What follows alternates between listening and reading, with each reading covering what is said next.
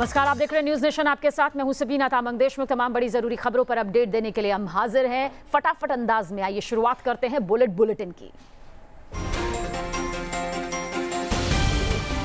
उत्तर प्रदेश के सहारनपुर में बाढ़ के पानी ने कहर बरपाया हुआ है। पहाड़ों पर हो रही बारिश का असर मैदानी इलाकों पर भी हुआ है। तमाम नदियां उफान पर हैं और बाढ़ का पानी खेत खलिहान को अपनी चपेट में लेते हुए गांवों तक पहुंच गया है। सहारनपुर के घाड़ इलाके के दर्जन भर गांवों का बाढ़ की वजह से शहर से संपर्क टूट गया है। यहां खेती में खड़ी फसल भी पानी भर जाने की वजह से बर्बाद हो गई है।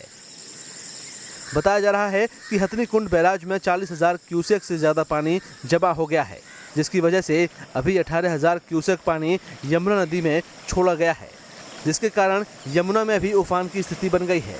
माना जा रहा है कि हथनी कुंड से अभी और पानी छोड़ा जा सकता है, जिससे कि हालत और ज़्यादा बिगड़ सकते हैं।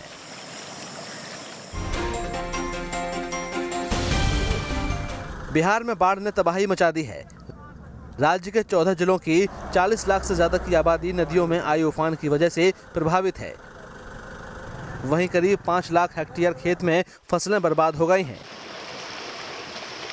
राज्य के बैकुंठपुर में बाढ़ की वजह से सब कुछ बर्बाद हो गया है। जल सैलाब ने लोगों को दाने दाने के लिए मोहताज कर दिया है। हर ओर बाढ़ के कारण लोग घुटने तक पानी में चलने या फिर जुगाड़ की नाव के सहारे जिंदगी गुजारने के लिए मजबूर हो गए हैं। इसी तरह गोपालगंज में गंडक नदी के पानी ने कहर बरपा रखा है। बाढ़ की वजह से यहाँ के सैकड़ों गांव में पानी भर गया है और लोगों के घरों में रखा सामान तबाह हो गया है। बाढ़ की वजह से खाने पीने तक के लिए लोग मोहताज हो गए हैं। मुजफ्फरपुर के पास साहेबगंज में बूढ़ी गंडक ने करीब 60 गांव को बेहाल कर दिया है।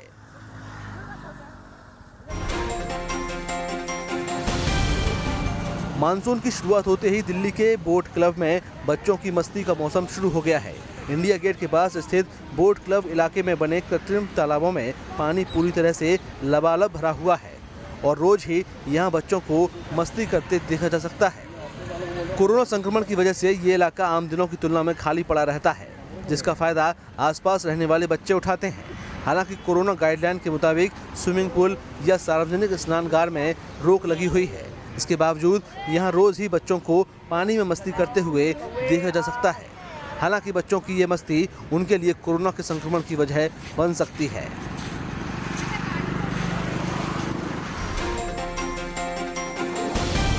आंध्र प्रदेश के विशाखापट्टनम में हिंदुस्तान शिपयार्ड में हुए क्रेन हादसे में 11 मजदूरों की दर्दनाक मौत हो गई। हादसे के बाद विशाखापट्टनम जिला कलेक्टर विनय चंद ने वहां का मुआयना करने के बाद मामले की पुष्टि की। हादसे की वीडियो में दिख रहा है कि शिपयार्ड में लगा क्रेन अचानक नीचे गिर जाता है, जिसकी वजह से इस हैवी ड्यूटी क्रेन के पास काम कर रहे मजदूर उसके नीचे दब गए। आनन फानन में वहां राहत और बचाव कर्मियों की टीम को बुलाया गया, जिसने क्रेन के नीचे दबे लोगों को निकाला, लेकिन तब तक 11 लोगों की मौत हो चुकी थी। हादसे में कई लोग चोटिल भी हुए हैं, जिनमें 6 की हालत गंभीर बताई जा रही है। बताया जा रहा है कि हादसे के वक्त इस हैवी ड्यूटी क्रेन के जरिए लोडिंग का ट्रायल किया जा रहा था, लेकिन सही संतुलन नहीं बन पाने की वजह से ये हादसा हो गया। उन्नाव के बेहटा मिर्जापुर क्षेत्र में शराब के ठेके को लेकर स्थानीय महिलाओं ने शनिवार को जमकर हंगामा किया। हंगामे के दौरान महिलाओं ने ठेके के सेल्समैन को बाहर निकालकर वहां ताला जड़ दिया। महिलाओं का आरोप है कि यहां के ज्यादातर पुरुष नशे की आदत की वजह से अपने घर पर ध्यान नहीं देते हैं, जिसकी वजह से परिवारों की स्थिति बिगड़ती जा रही है। इस हंगामे के दौरान महिलाओं की भीड़ की वजह से सोशल डिस्टेंसिंग की धज्जियां उड़ती रहीं। महिलाओं का यह हंगामा करीब 2 घंटे तक चलता रहा और उन्हें शांत करने में पुलिस को काफी मशक्कत करनी पड़ी। उन्नाव पुलिस ने महिलाओं को आश्वासन दिया है कि वे इस संबंध में प्रशासन के आला अधिकारियों से बात कर उनकी परेशानियों का समाधान करने की कोशिश करेंगे। आंध्र प्रदेश के लिए 3 राजधानी बनाए जाने के विधेयक को राज्यपाल से मंजूरी मिलने के खिलाफ तेलुगु देशम पार्टी ने शनिवार को श्रीकाकुलम में जबरदस्त विरोध प्रदर्शन किया। इस विधेयक के मुताबिक विशाखापट्टनम को आंध्र प्रदेश की कार्यपालक राजधानी, अमरावती को विधायी राजधानी और कर्नूल को न्यायिक राजधानी बनाने की बात कही गई है। आंध्र प्रदेश का विभाजन होने और हैदराबाद के तेलंगाना में चले जाने की बात से ही आंध्र प्रदेश की नई राजधानी को लेकर राजनीतिक दलों में एक राय नहीं बन सकी है। अभी तक अमरावती को राज्य की राजधानी का दर्जा मिला हुआ था, लेकिन राज्य सरकार ने जनवरी में एक विधेयक के जरिए राज्य में 3 राजधानी बनाने का प्रस्ताव पारित किया था, जिसे 2 दिन पहले ही राज्यपाल ने अपनी मंजूरी दे दी है। तेलुगु देशम पार्टी इसी प्रस्ताव का खुलकर विरोध कर रही है।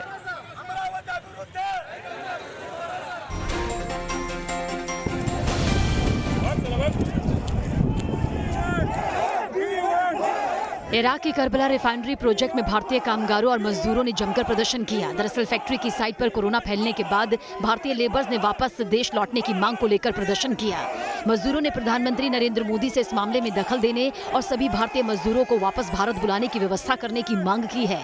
आपको बता दें कि कोरोना फैलने के बाद 9 जुलाई से यहाँ की इस साइट पर काम बंद है। प्रोजेक्ट साइट पर कोरोना से कई मजदूरों की मौत से हड़कंप मचा हुआ है। करीब 1000 से 1200 मजदूरों को साइट से हटाकर आइसोलेशन सेंटर में भेज दिए जाने से भी साइट पर खौफ का माहौल बना हुआ है। इस साइट पर करीब 8500 भारतीय और 9000 बांग्लादेशी मजदूर काम कर रहे हैं और सभी मजदूरों के सामने कोरोना के संक्रमण का खतरा बना हुआ है।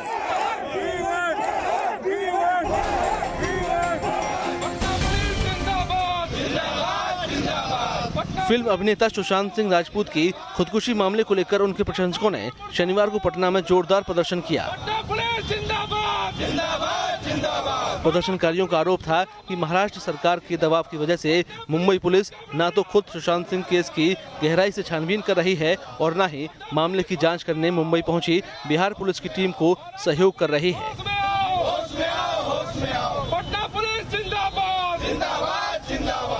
प्रदर्शनकारियों ने इस दौरान महाराष्ट्र के मुख्यमंत्री उद्धव ठाकरे का पुतला भी जलाया।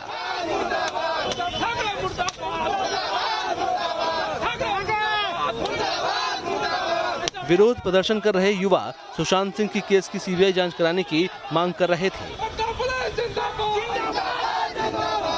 उनका कहना था कि मुंबई पुलिस इस मामले को दबाने की कोशिश में लगी है, लेकिन बिहार के युवा इस मामले को दबने नहीं देंगे।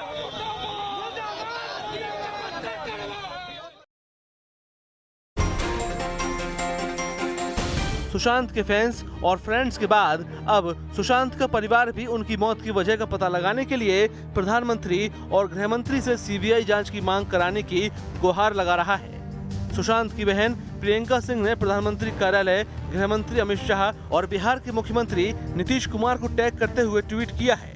प्रियंका ने लिखा है कि सुशांत सिंह केस में जिस तरह से बिहार पुलिस के राह में रोड़े अटकाए जा रहे हैं, हमारी मांग है कि पूरे मामले की सीबीआई जांच कराई जाए। मेरे भाई को न्याय मिलना चाहिए, हमारी मदद कीजिए। प्रियंका से पहले उनकी बड़ी बहन श्वेता सिंह भी सुशांत केस की सीबीआई जांच की मांग उठा चुकी है। रक्षाबंधन से पहले अपने इकलौते भाई को खो चुकी सुशांत की बहनों की इस अपील की बड़ी वजह भी है।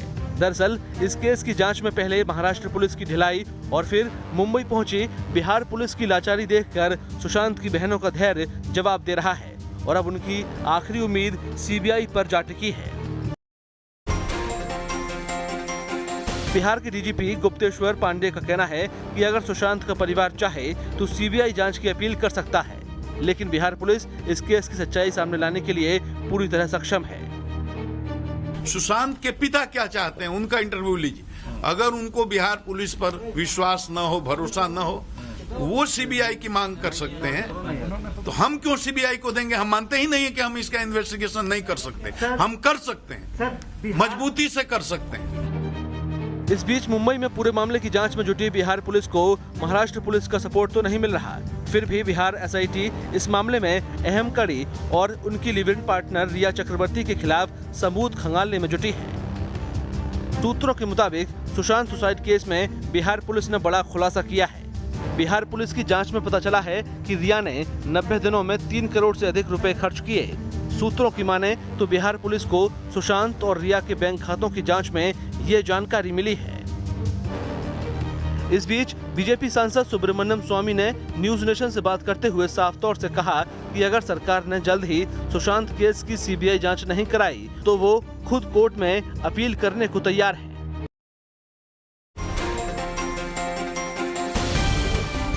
सुशांत सिंह केस की जांच कर रही बिहार पुलिस उनकी पूर्व मैनेजर रह चुकी दिशा सलियन की सुसाइड से जुड़ी जानकारी भी जुटाने में लग गई है। बिहार पुलिस ने शनिवार को मलवानी पुलिस स्टेशन से दिशा से जुड़ी FIR कॉपी और पोस्टमार्टम रिपोर्ट कलेक्ट की और अब पुलिस बारीकी से दिशा केस की फाइल की स्टडी करेगी।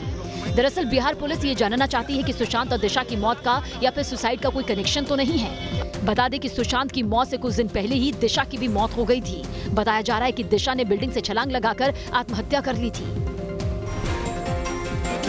जय श्री राम, जय श्री राम।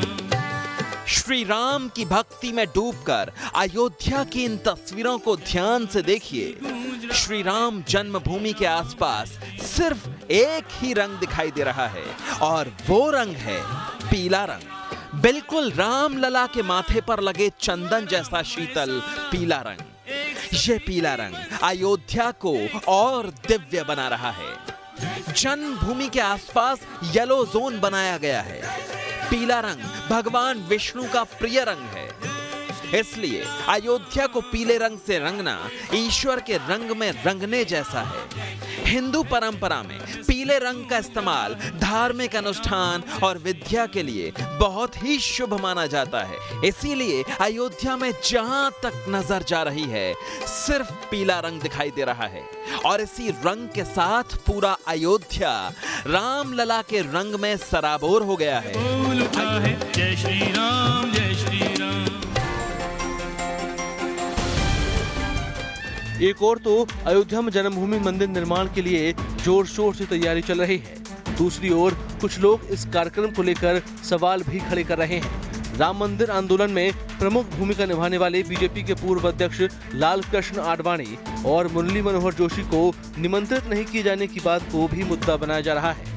हालांकि विश्व हिंदू परिषद का कहना है कि निमंत्रण देने का काम राम जन्मभूमि न्यास कर रही है और अपनी पद्धति से ही वो लोगों को निमंत्रित कर रही है। हो सकता है हमारी आपकी बात जब चल रही है उनके पास निमंत्रण पहुंच चुका हो और वो जाने की तैयारी कर रहे हैं। निमंत्रण देने का काम न्यास का है, हमारा उसमें कोई भी प्रकार की व्यवस्था नहीं है। इसी तरह भूमि पूजन के मुहूर्त को लेकर भी सवाल उठाए जा रहे हैं, लेकिन परिषद इन सवालों को भी खारिज करती है। ये सवाल पहली बार नहीं उठे भाई, हर शुभ कार्य में कुछ लोग सवाल उठाते हैं। राम का जब नाम लो तभी शुभ होता है, कोई मुहूर्त नहीं निकाला जाता। लेकिन वहाँ जिन लोगों ने सारी व्यवस्थाएं की हैं, पद्धति तय की है, वो भी कम विद्वान हैं, ऐसा नहीं। लेकिन जिन लोगों ने राहुकाल की बात की है वो कृपया अपने राहुकाल की चिंता करें। कंझावाला के इस श्रीकृष्ण गौशाला में रह रहे करीब 9000 गौवंश के सामने बन गई है भूखे रहने की स्थिति। गौशाला में महज हफ्ते भर का ही चारा बचा है। इस गौशाला में दिल्ली और NCR के पशुपालक अपनी बूढ़ी और बीमार गायों को छोड़कर जाते हैं ताकि उनका शेष जीवन आसानी से कट सके। गौशाला में रहने वाले गौवंश के रखरखाव के लिए दिल्ली हाई कोर्ट ने 2006 में एक आदेश जारी कर दिल्ली नगर निगम को रोजाना प्रति गाय 20 रुपए का भुगतान करने के लिए कहा था, लेकिन निगम ने गौशाला को 2017 से ही कोई आर्थिक सहायता नहीं दी है।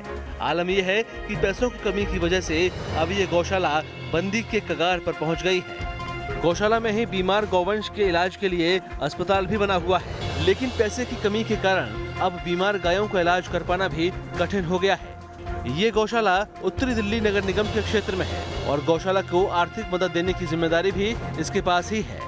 नगर निगम के महापौर ने इस मामले को संवेदनशील मानते हुए जल्द ही आर्थिक मदद देने का आश्वासन दिया है। दिल्ली से एक हादसे की हैरान करने वाली तस्वीर सामने आई। दिल्ली के अमर कॉलोनी इलाके में एक लड़की ने अपनी कार से एक आइसक्रीम वेंडर के साथ 2 और लोगों को कुचल दिया। इस हादसे में 3 लोग बुरी तरह जख्मी हो गए। तस्वीर में देखा जा सकता है कि वो लड़की जैसे ही कार चलाती है वो कार को काबू में नहीं कर पाती और एक्सीडेंट करते हुए कार आगे बढ़ जाती है। एक्सीडेंट के बाद एक बार फिर कार रुकती है, लेकिन उसके बाद हादसे की गंभीरता का अंदाजा लगने पर वो लड़की मौके से फरार हो गई। उस लड़की को बाद में पुलिस ने पीछा कर पकड़ लिया। हालांकि जमानती धाराओं के तहत मामला दर्ज होने की वजह से आरोपी लड़की को जमानत पर रिहा कर दिया गया। ये हादसा शुक्रवार की रात हुआ था। पता चला है कि आरोपी लड़की पेशे से फैशन डिजाइनर है।